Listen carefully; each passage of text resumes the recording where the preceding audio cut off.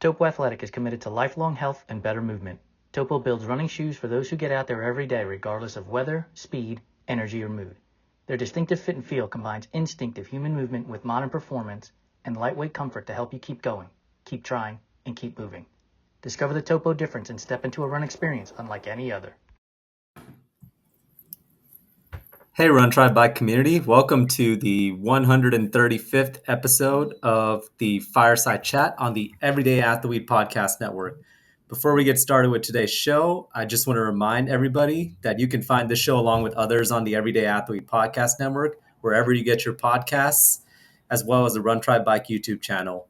We have something here for everyone. Like our Fireside Chat and What's in Your Earbuds, which happens next Monday, about music. And we got Food Fight Friday at the aid station. There was a Calgary edition last Friday with Adam Lee. I tuned into that one. That was a funny one.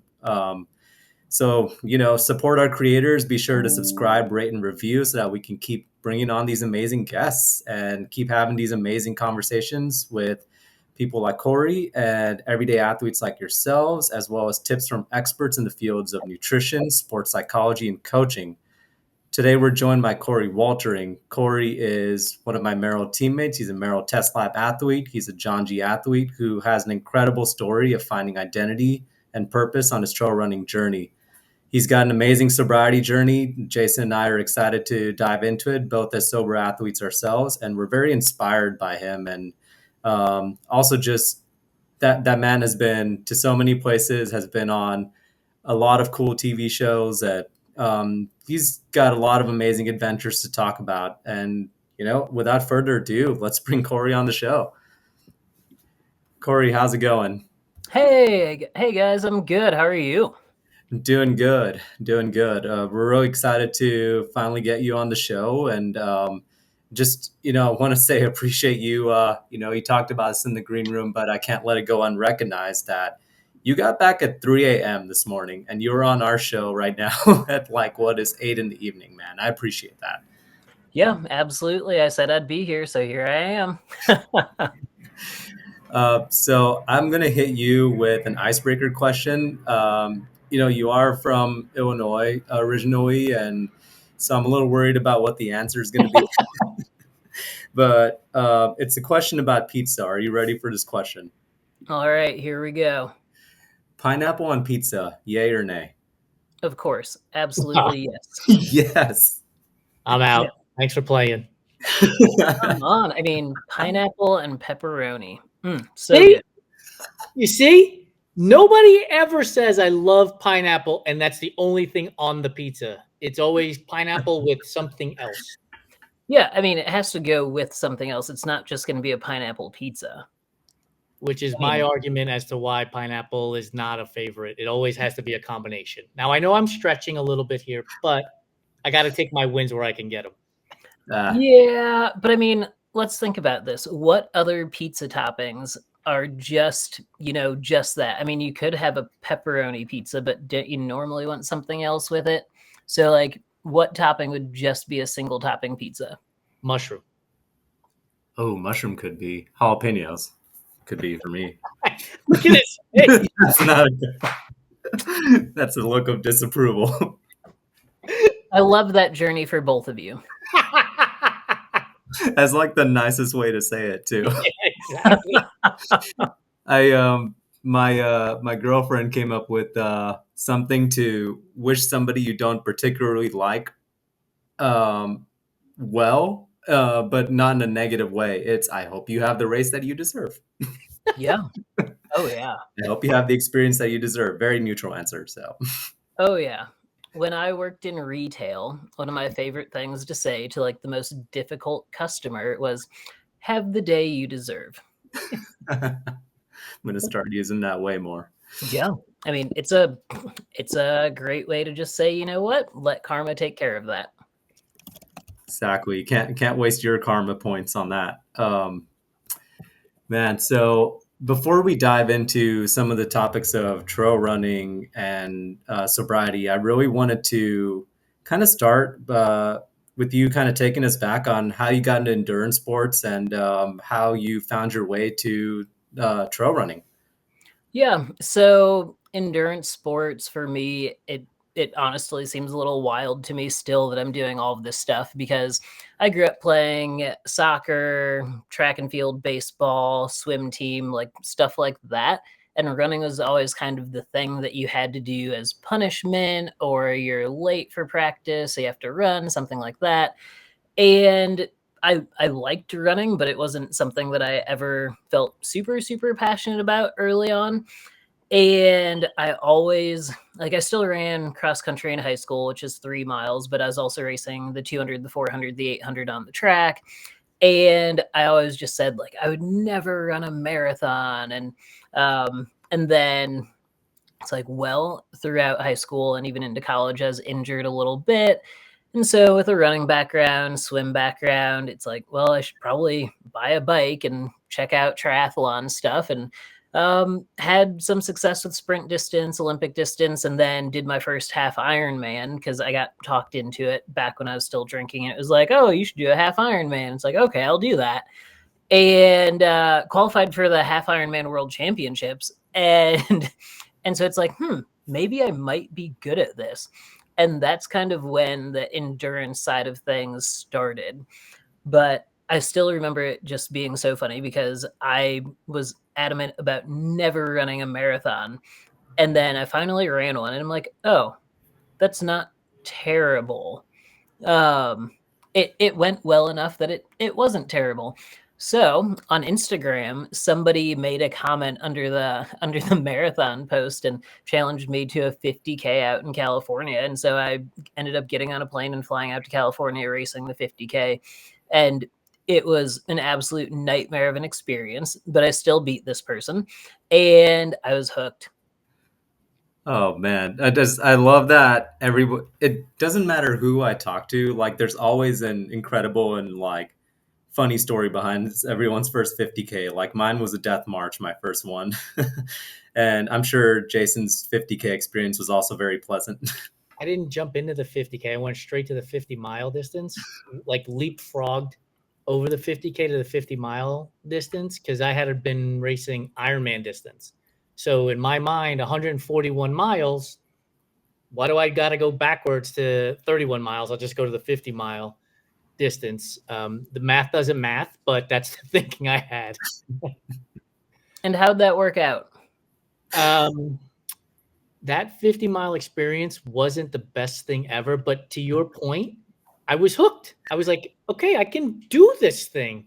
Let's do more. I want to go backwards. So I had zero idea that you had done triathlons. So at the 50, when you decided to do the 50K, is that when the bike and the swim, you were like, I'm done with those and let's just keep running longer and further? So I ended up pacing a friend at Leadville the same year I did my first 50K. And that's really how I got introduced to like actually racing on trail. And it was funny because I had moved from Illinois to Colorado, wanted to become a professional triathlete. So, I mean, everyone moves to Boulder. So I did that whole thing and started hanging out with mountain bikers and trail runners. And they're like, hey, like you should really try this stuff. And I'm like, oh no, I can only do things on the road. That's all my coach will let me do. And they're just like, no, like you should really try this off-road stuff. You're probably going to be pretty good at it. And so I was like, And so the friend said, okay, just come pace me at Leadville. And I'm like, what is a Leadville? I had no idea what that race was. I had no idea that people actually ran 100 miles on foot. And so it was just this wild experience. This was back when you could still have pacers going over Hope Pass or coming back over Hope Pass. So that's the section from Winfield to Twin Lakes is what I got to pace. And at the top of Hope Pass, so that's when I knew I was hooked. I did that same section before they got rid of those pacers from Winfield to Twin Lakes. And the whole way up Hope Pass, I mean, it's hard. Let's be honest. But at some point you get up high enough that you can turn around and you can, the view it's unmatched in my opinion. It is unmatched. And I just thought to myself, this is why people do the hard thing. Because at this point you could see this view and it's like all the pain goes away. For seconds, the pain goes away. It's not forever. And then you keep going again. But But that's a phenomenal story about how the bike and the swim were like, see you later. Let's just keep doing this stuff. Yep. I mean, it was on Hope Pass. That was when I decided, like, yeah, I'm actually going to try this trail running thing, and that's really all it took. Yeah, it's when you mentioned when you mentioned even the first time in the interview, I was out at Leadville and that got me into trail running. I was like, yep, that'll do it. That'll do it. Oh yeah. And don't regret it at all. I remember being at the top of Hope Pass and seeing the llamas that they use to bring the aid station food up there, and then thinking to myself, this is a whole different world up here, man. Like this idea that they're using animals to cart up aid station food and drink for athletes, like that's a whole different scenario than anything I've ever experienced. Oh yeah. And yeah, just it's honestly like being in a different country on like an expedition or something. 100%. So that actually brings me to a question Jason mentioned in the green room with Eco Challenge and some of the expedition races that you've done. Before we kind of dive into that, I'm always curious as to how people choose the races they want to do because, I was kind of like, now that we're kind of like teammates with Merrill, like I got to kind of see through the lens of like, these are kind of the races you're doing. Like we're always kind of joking in a cool way. Like, where's Coree? He's all over the world, like I think you started the year with Anthony Lee in like Hong Kong doing a race. And then you ended up in Iceland at some point. And so I have to ask you what kind of things drive your adventures? Is it you kind of look at something like a view or a place or a culture and you're like, I want to experience this on foot? Or like, what kind of like drives you to do an event or a race or any sort of adventure? Totally. That's a great question. For me, it's curiosity, I would say. Is it interesting? Does it seem fun? Does it slightly scare me? If it's not one of those three things, then I'm probably not going to do it. And I'm very thankful for, Merrill and Janji, where they've pretty much given me free reign to pick the things that are actually interesting to me and focus on them right now. Because, I've been in the sport for a while and I've done a lot of things, but sometimes that hasn't always been the case. Sometimes it's been, hey, like these are the things that we care about as a brand or as a company, and we want you to focus on these things. And sure, I may have the talent to perform well at some of those things, but if I'm not excited about it or not passionate about it, then I'm probably not going to run that well. And so for me right now, especially, it's just picking the things that excite me, picking the things that just make me want to get out of the door every day and go for that run.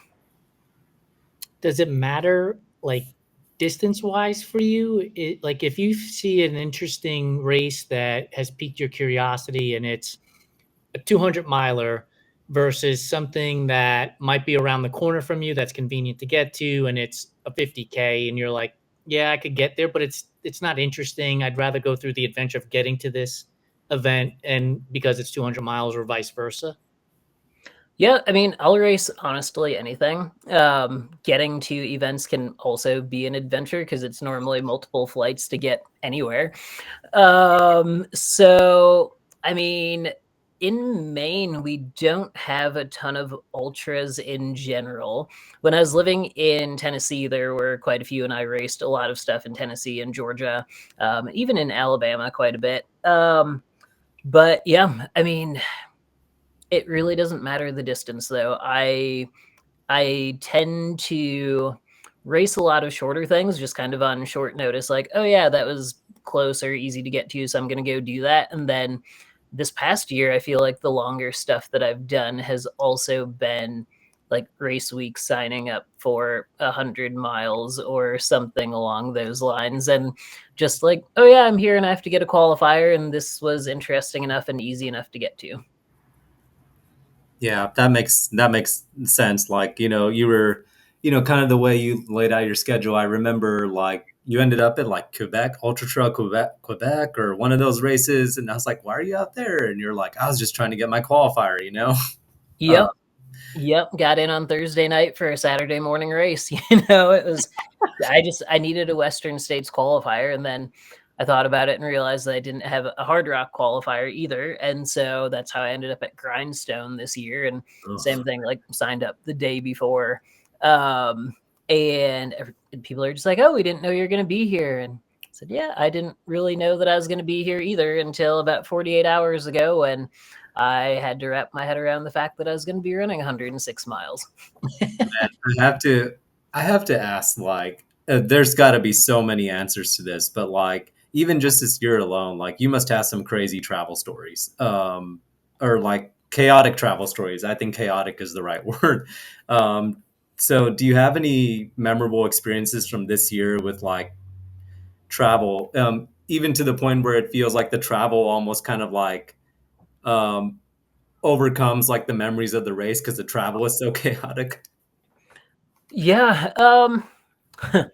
So Hong Kong, actually. So I did a race in Hong Kong in February that's called the Nine Dragons, which is basically a 52, 53-mile race that starts at midnight on Friday that has about 17,000 feet of gain, and then a 50K that starts at 7:30 a.m. on Sunday with, I think, 14,000 feet of gain, 13 or 14,000 feet.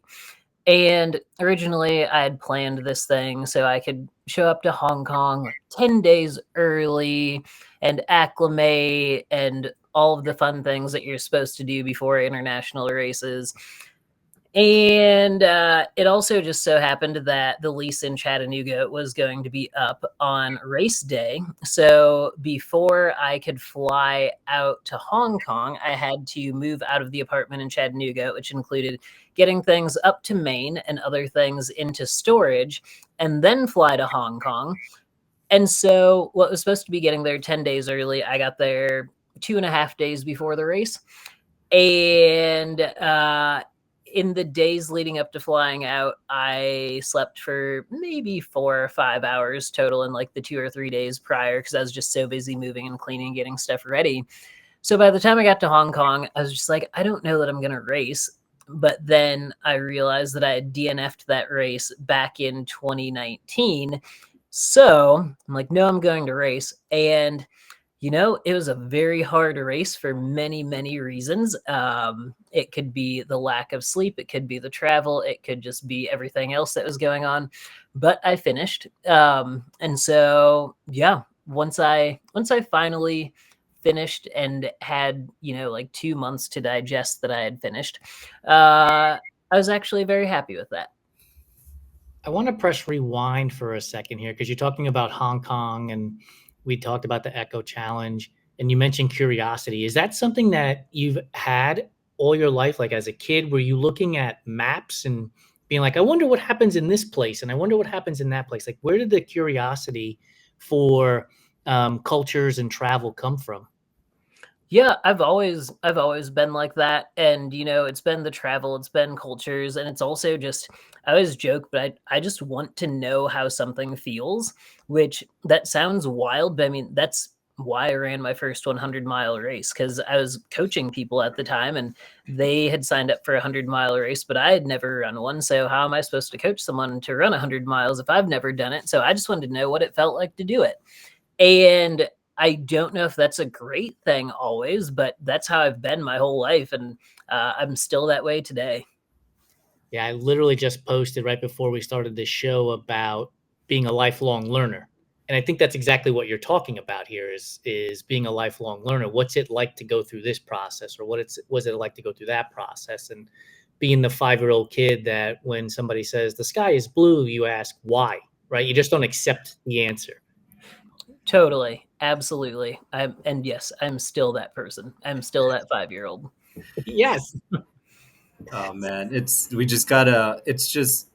fun asking those questions and kind of like striving to have that curiosity. And also when you ask those, when you see what your answers are to those questions, and then you go and see a different culture from the other side of the world and see that their answer might be slightly, if not more different. And it's not necessarily wrong. It's just their perspective and their culture and their experience.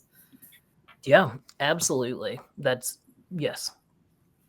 If you had to, we're going to put you on the spot to pick one place and one place only. Favorite place you've been to across the globe is?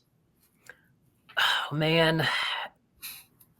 Up until this year, it would have been Peru, but Mongolia this year was absolutely wild and incredible. And just Mongolia is so, I mean, the capital city there is very densely populated, but then you get out into the wild, into the wilderness there, and it's still very remote and untouched. And that's just absolutely incredible. It feels like the possibilities are just endless.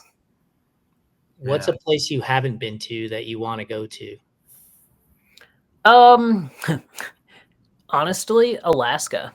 Okay. Yeah, so Alaska, it will be, I've been to 49 other states. I just still have Alaska. And so for me, that's like the next big thing that I really want to do. And it's funny because people ask me that and they're like, oh, it's probably some really exotic place or this or that. And I'm like, yeah, Alaska's kind of hard to get to and it's wild, but I'm really excited to plan something for that at some point. We're going to need the documentary video footage of getting from Maine to Alaska when you finally decide to head out that way, because I can only imagine that travel is going to produce plenty of stories. Oh, for sure. I mean, I honestly don't even want to think about that travel right now. Because I mean, I can get to London in 6.5 hours, and 6.5 hours from here, I'm not in California. Oh my gosh. Man, so before we kind of dive into the sobriety stuff, I wanted to ask about the Ice Age Trail FKT, because that was kind of a big thing for you 4 years ago. And the FKT realm kind of feels like it's on I guess it's like, I don't want to say unhinged is a word, but it's not like a set distance, it's not like 100 or a 200. It's not a set event. It's like creating your own adventure in a way. So how did you find out about FKTs and what compelled you to choose the Ice Age one? Did you know about that trail beforehand? Does it have, do you have a special connection to it? What compelled you to do the Ice Age Trail? Yeah, so I knew about FKTs just from, being in the space, and I don't know that I ever really had any desire to do a long FKT, or at least not that I knew of at that time. But it was 2020. Things were shut down because of COVID. I was living in Illinois at the time, and they literally shut down access to trails, which I thought was just absolutely wild because, if you're supposed to stay healthy to not get COVID or help battle it, then why are you shutting down the one thing that actually gets people outside? But that's a different topic. Anyway, so Illinois was shut down. So Wisconsin, where the Ice Age Trail is located, it was 90 minutes north. And I'd been doing a lot of training in the Kettle Moraine section of the Ice Age Trail and had been on a couple other sections of it. And so finally I was just bored one day and was like, I think we should go after the FKT on the Ice Age Trail. And I had to assemble a team for it. And basically it was just a few friends that weren't working at the time because their jobs were basically halted. And so got not a camper van, but like a passenger van, loaded that thing up and set out with a crew and went after it. And it was wild. That's just... like most people take a lot of time to plan one of those things. And I figured out what the actual distance of the trail was 3 weeks before starting. That's insane, because it was like what? Like almost an 1,100 mile FKT, right? Yep, just over 1,100, 21 days of being out there. And learned about it, figured it out in 3 weeks, put it together, put the team together, and just started the trail. Yeah, I guess. Oh, sorry. Go ahead, Jason. I was going to ask, I'm sure you learned a lot of lessons in that 21 days. Is there one or two lessons you can share with us, from your experience in going through that FKT attempt? Yeah. So number one, just be super flexible. I mean, you can plan as much as you want for things to go correctly, but chances are there's going to be something that goes wrong. And, even if one thing goes wrong, you can't let that throw off the rest of your day or the rest of your week or the whole attempt. And so sometimes it's a minor thing, sometimes it's a big thing, but there will be things that go wrong, and you just have to be good at, catch and release and let it go. The second thing that I learned was after I rolled my ankle early on, didn't tell the crew about it for a while, but we're 1 week in and my ankle is the size of a softball. It's like, hey, we went from putting up 60-mile days to now we're putting up 20-mile days, and we were well ahead of the record, and now we're very far behind actually. And instead of panicking about it, instead of just freaking out and calling off the attempt, it was okay. We are going to just take things 10 seconds at a time. You can do anything for 10 seconds. And honestly, if you can just control what you're doing in the moment, then you can get through it. And it's not always going to be fun. It's probably going to be painful. It's still going to hurt, but you will get through it. Yeah, that makes sense. And I mean, I think that there's something to like trying to stay in the moment and like trying not to get fixated on like the what ifs and just kind of like, I mean, I like that. I like the idea of like 10 seconds at a time. Jason has a line that he's passed on to me that I've used at ultras before, where it's I can't run 100 miles, I can't run to 200 miles, but I can run 1 mile 100 times or 200 times. And I think it all kind of comes back to being rooted in the moment. Oh yeah, for sure. And that's the thing, especially on these big multi-day efforts. If you think about the whole distance of it, just all of it, that's a really long way to go. Even 100 miles is a long way to go.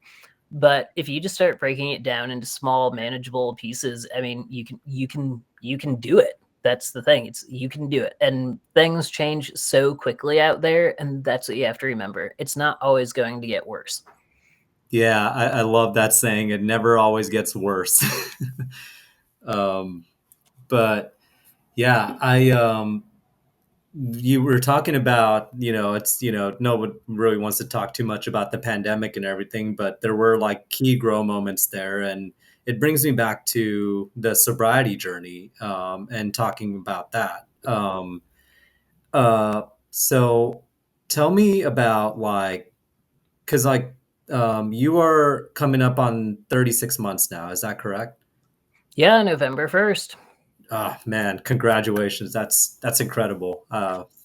That's man, that just it's amazing seeing other people's sobriety journeys. And I've said this a few times, and the green room said it to you, but I just appreciate that you keep posting about it, because you don't know how much it helps even people who have been on sobriety journeys, no matter where they are on that journey. So appreciate that. And I have to ask you, like, where was that tipping point for you in that starting that sobriety journey? And was it something that was gradual, or was it kind of a cold turkey kind of thing? Yeah, well, thanks. And honestly, it was just a lot of drinking out of boredom. I was running professionally, but I mean, there's only so much running that you can do in a day. And just when you're finished with what you have to do by like 10 or 11 a.m., that just gives you a lot of time to do anything else. And so for me, it just became this thing where I was drinking way more than I should have been, and honestly just needed to stop. And with that, it was um It was cold turkey. I had 3 glasses of wine on Halloween, and then I had already made up my mind literally like 3 weeks before that November 1st, I was just done drinking. And, I've done sober October, I've done dry January, I've stopped drinking for 10 weeks or whatever going into a bigger race before to see if it had any sort of impact on race performance, and had always thought of sobriety journeys or, these dry months as just something that would help with race performance, but never really thought about it outside of like a performance aspect, I guess.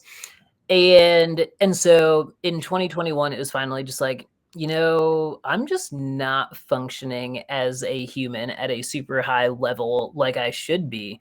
And something has to change. And so it's drinking is the first thing that had to go. And so made up my mind. And I was like, the only reason I even drank on Halloween is because I still had a bottle of wine from this wine club that I was part of. So I'm like, oh, well, I can't not finish that thing. And then I'm like, no, I'm just going to have 3 glasses and then be done. So I had 3 glasses and then stopped after that, and had already decided that I was going to go to rehab. So ended up going from Illinois, drove myself to Tennessee to check myself into rehab on November 4th, and showed up 4 days sober. And it was just so funny because, you have to do a breathalyzer, drug test, all that stuff, and blew a 0.0 on the breathalyzer. And they're just like, oh, okay, cool. But like, what did you really have before you came here? And I said, oh, no, like nothing. I mean, I haven't drank since Halloween, and I actually went for a run this morning and I'm fine, and drove down from Illinois. And they're just like, sure. They're like, we can discuss that later. Okay. And I'm like, no, like for real. Like I was like, this is not my first rodeo with not drinking, but now I want to just be done. So here I am, like, let's fix this. How much does being an endurance athlete play into the ability to quit drinking cold turkey? Because that's a hard thing to do for a lot of people. And endurance athletes, we do hard things. And so I'm wondering if there's a correlation with this idea of I can do this hard thing because I've done these other hard things. Oh, totally. I think there is a lot of that plays into it. And when you say that you're done drinking, when you say, like, oh, I'm going to stop drinking or whatever, it at first, if you think about it as in like, I am done forever, like forever is a very long time, because how long is forever? Like, am I going to die tomorrow, or am I going to live for another 80 years? And so if you think about it like that, like that's kind of scary to think that you're just going to stop doing this thing for the rest of the days that you are alive.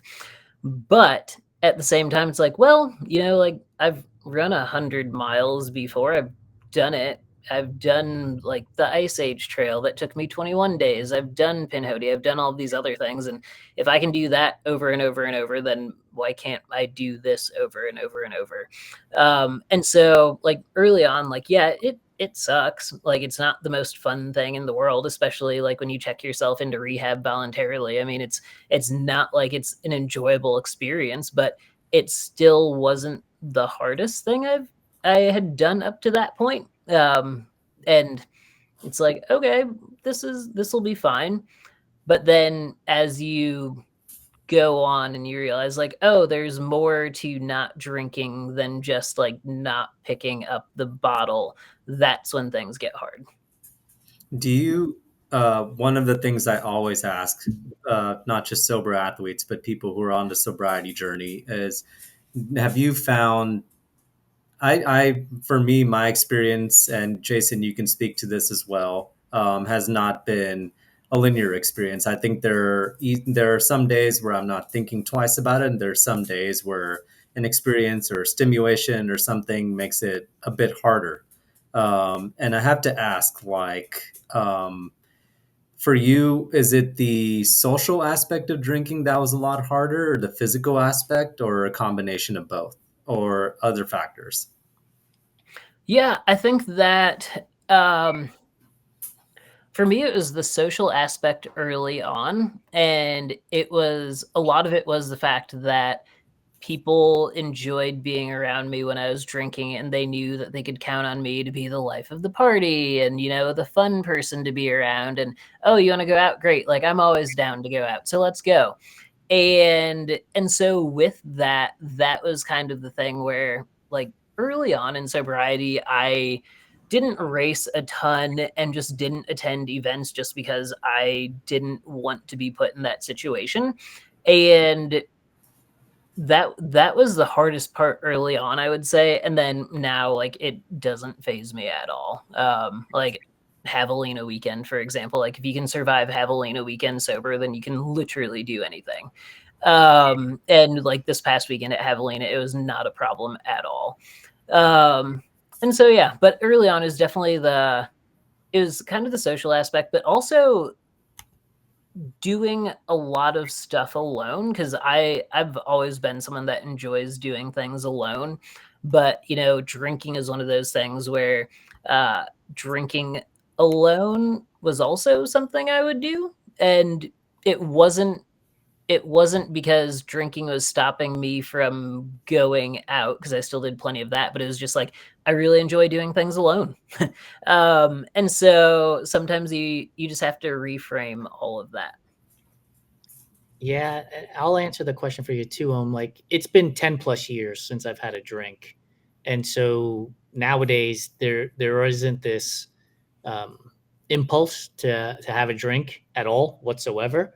I've gone through depressive states and stress and anxiety, and I don't think, oh, let me go, go get a Michelob Light or whatever people drink. I have no idea anymore. And so that doesn't exist anymore. So it feels somewhat linear for me in that it was like, I went cold turkey, and I'm one of those people who's like, I'm gonna prove you wrong too, right? Because people would say, "Oh, you can't quit drinking, or you won't give up drinking," and I'm like, "Well, I'm gonna prove you wrong, right?" Um, and I went down that path. I'm proving you wrong. I'm proving you wrong. And 10 plus years later, it doesn't even dawn on me to think about having a glass of wine or a beer or anything anymore. I don't even like NA beers. Like, I tried a IPA. I had a sip and I was like, yeah, this is not for me. I don't like the taste. Well, I mean, I got to tell you, like for me, when I was drinking beer, was the taste was not the reason I was staying. That's for sure. And I was definitely a hardcore IPA and sours guy. So, um, but man, it's just amazing. Like it's fascinating hearing about everybody's different sobriety journeys and their own keys and kind of the other dynamics as well. But more so fascinating hearing about the mindset of this journey when you're an endurance athlete as well, who is used to doing hard things. So before we jump into the rapid fire section of this conversation, what advice would you have for somebody who is trying to get into either ultra running or endurance sports or any sort of sport, or just seeking adventure or something that they really want to do? Yeah, start small. You know, you don't have to jump into something by doing the biggest, baddest thing ever. Like, do something that's manageable. You know, for people that are just trying to get into running or whatever, it's, you know, run for 10 seconds, walk for 10 seconds, do that, sign up for your local turkey trot, go finish that and have fun with it. I feel like in this day and age of social media, everything's about, oh, everything has to be epic, everything has to be big, everything has to be gigantic, you know? And it's like, no, it doesn't. And just go, like, we all started somewhere. Like, and it's kind of funny because, like, adventure racing, for example, I guess I did hop into my first adventure race being Eco Challenge. And so, like, that was the exception where it's like, well, I had experience in all the other sports. And that was just something that I was lucky enough to do. But I mean, there are 3-hour adventure races, there are 6-hour adventure races, there's 24 hours. Like, not everything has to be however many days it was, you know? And so I just like to remind people, start small, just go have fun and enjoy it. Like, even as a pro, we still have to find things that we really enjoy doing that don't feel like work. as you were answering that question, it dawned on me that there is a swim run event up in Maine. And I was thinking to myself, I'm like, I wonder, if it's unique, it's challenging, it's different. Like, would you ever pick up the swim trunks again and get involved in a swim run event? Oh yeah, and I almost did that event this year, and I don't remember why I didn't. But yeah, I've been very interested in that. Hopefully, I will do that next year. I think it's just something that would be really fun to do, and I still swim maybe once a year, just in case I ever decide to come back to triathlon. I'm like, okay, I'm going to do 10 by 100 just to see if I still have it, and I still have it. So That's awesome. That's awesome. I love it. Man, Corey, thank you so much for coming on the show. And before we let you go, I'm going to pass it on to Jason for rapid fire food questions. So no hard hitting journalism, just food related questions. Are you ready for this? love it. Let's do it. All right. So we've already answered the pineapple question. So next up, Oreos. Are you a fan of Oreos in the original format, double stuff, their new offering of thins, or the new offering of cakesters? Oh, double stuff. Yes.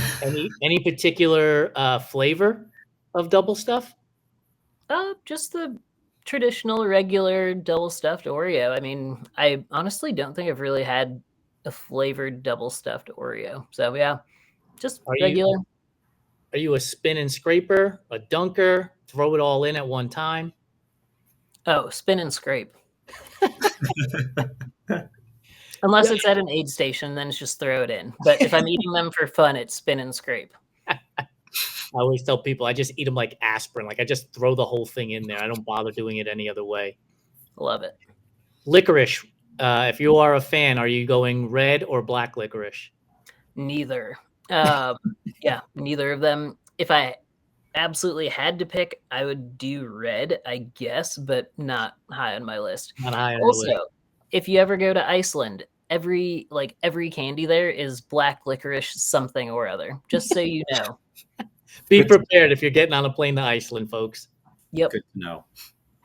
Peeps. Are Peeps a real candy or are they just gold glittered dust?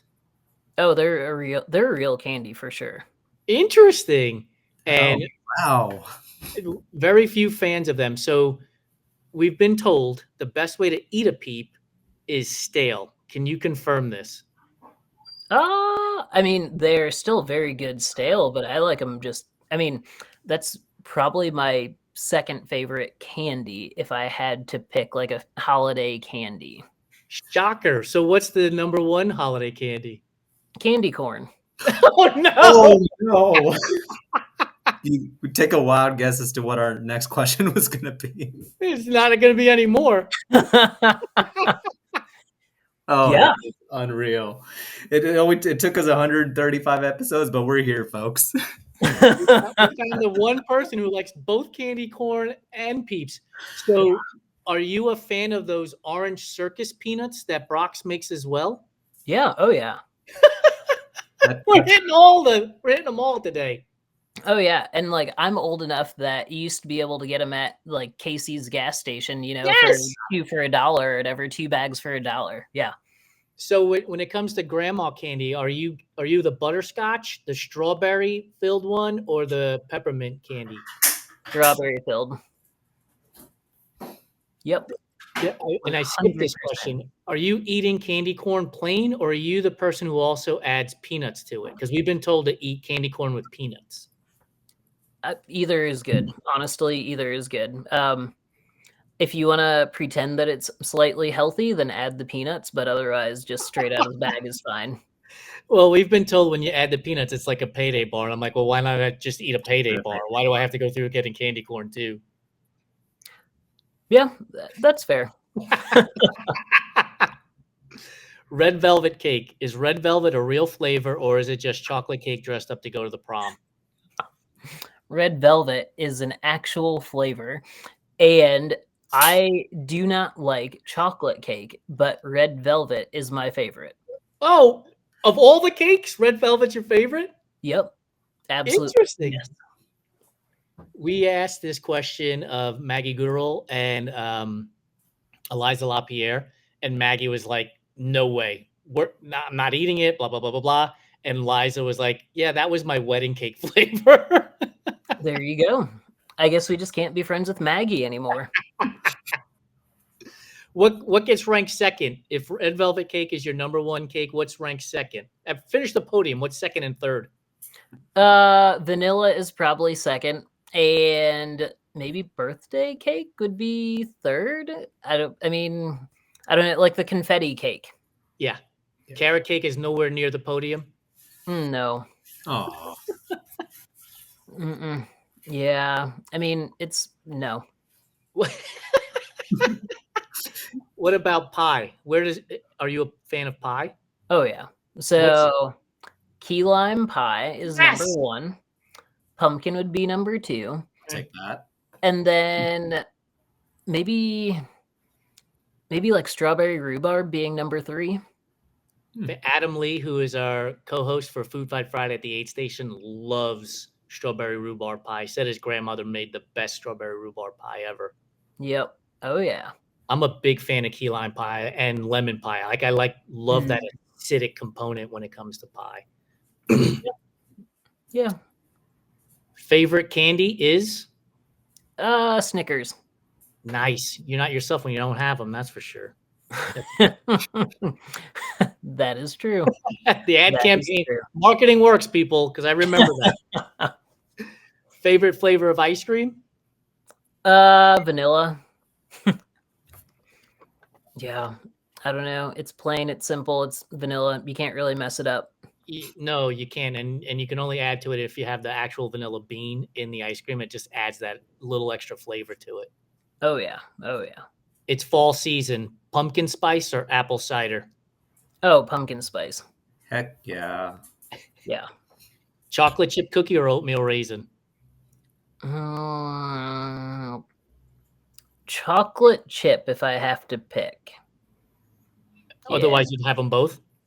No, I'd go with like Snickerdoodle. Oh, excellent. That's an excellent choice. That's a really good choice. Tuna, egg, or potato salad? Oh.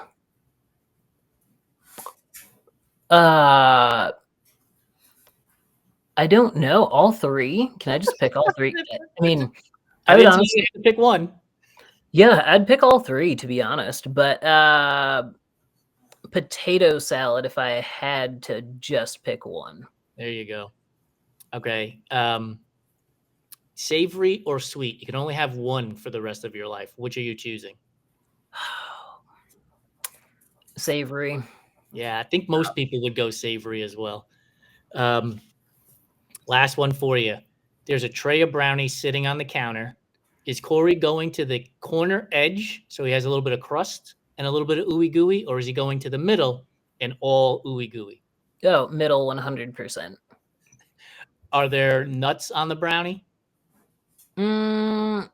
Preferably not, but I won't say no if there are. And then you're topping it with your favorite ice cream of vanilla? No. Oh, no. So ice cream is its own thing, and then the brownie is its own thing. So no a la mode at all then? No. Ice cream purist. I respect it. No, I don't know. For whatever reason, I've never liked that. I always say last question when it comes to food, and then I have a million other questions. Peanut butter and jelly. How do you make it? Do you put peanut butter on one slice of the bread and jelly on top of the peanut butter, or peanut butter on one side and jelly on the other and then smash them together? Peanut butter on one side, jelly on the other, and then smash them together. If you put peanut butter down and then put jelly on top of that, I have a lot of questions for you. Ask them, because that's how I make mine. Number one is why? Convenience factor, I guess. I don't know. Just throw it on there. So do you use the same knife then? After I've wiped it off. I've cleaned the knife off. Okay, I'll let that slide. When you're go ahead. So it's peanut butter and jelly, or is it peanut butter, and jelly? Like, do you put butter on your bread before you put the peanut butter on? I do not, but I've been told people that do that is so that it doesn't tear the bread apart when they're spreading their peanut butter on there, which I can buy if it's crunchy peanut butter. Like if it's plain peanut butter, it shouldn't be scraping the bread and tearing it up. That's fair.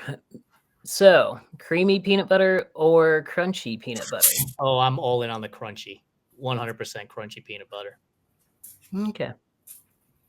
Good So to know. when you've made your peanut butter and jelly sandwich, how do you cut it? Or do you just eat it whole? Are you going 2 rectangles, 2 triangles, 4 triangles, 4 squares, or are you just biting it? Yeah, so I just bite it, but I eat the crust first and then go from the top. I love this. So We got a new combination. we were told once by Shannon Mick, she cuts it into 2 rectangles and then turns it on its side and eats it like corn on the cob so that she can hold on to the crust because that's her least favorite part.